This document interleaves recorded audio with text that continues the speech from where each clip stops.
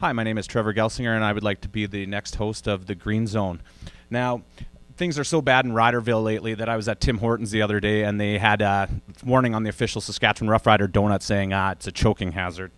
What a fall from grace it's been. The team started off the season 3-0, and they've given up the last 3 wins, and they find themselves in last place at 3-3.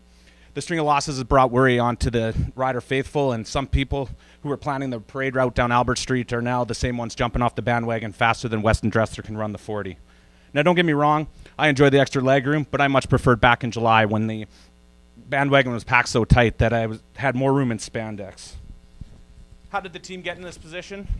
Well, in my opinion, it's 3 things: turnovers, missed opportunities, and the defense. To start the year, the Riders didn't turn the ball over in their first 3 games, and the team has now given up more turnovers than a bakery. The team went from +5 to dead even in the giveaway, takeaway, and turnovers. In the last 3 games have resulted in the opposition's team scoring 21 points. Durant had better start making up, being able to account for linebackers dropping into coverage, or else he'll start putting up Danny McManus numbers. When 89% of the teams who win the turnover battle win the game since 2011, it's no wonder why the team has lost its last 3. Protecting the ball is the key to the team's success. This year, Chris Milo's kicking has been worse, less accurate than the weatherman, with a league low 64.7%. It forced the team to bring in Sandro DeAngelis, who hasn't been in the league since he played for Hamilton in 2010, though he is the most accurate field goal kicker in CFL history. Other missed opportunities: the team needs to finish its drives. They are getting field goals instead of touchdowns. Last week in Edmonton, that would have accounted for a tie against Hamilton. One more missed field goal puts us into the win column.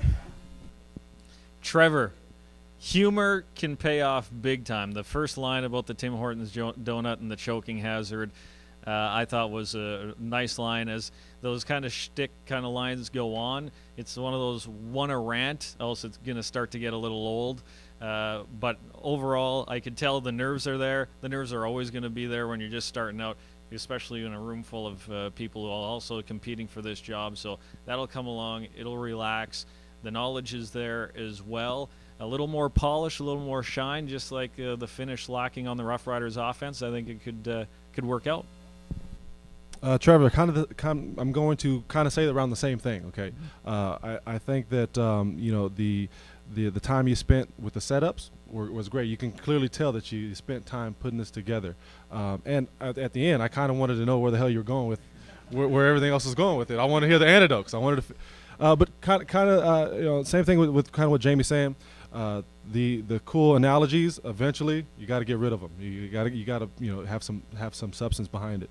But in terms of everything else, I think that the presentation was overall pretty good. And once again, with what I think what we're going to see a lot of is it's going to come down to repetitive and getting into more and more experience in front of the camera. But outside of that, it was pretty good. So it's something that Jamie can attest to. It's something that Andrew and Sam and everyone else on CJME can attest to. Whenever we're sitting down in air check, we're talking about the on-air performance. One big thing is one thought, one break. I would definitely recommend that for you if we get to see you again, Trevor. Concentrate on one item that you really want to focus on. I love the humor at the beginning. The donut mark was really, really good. It got everybody laughing, and it really kind of lightened up the room a little bit.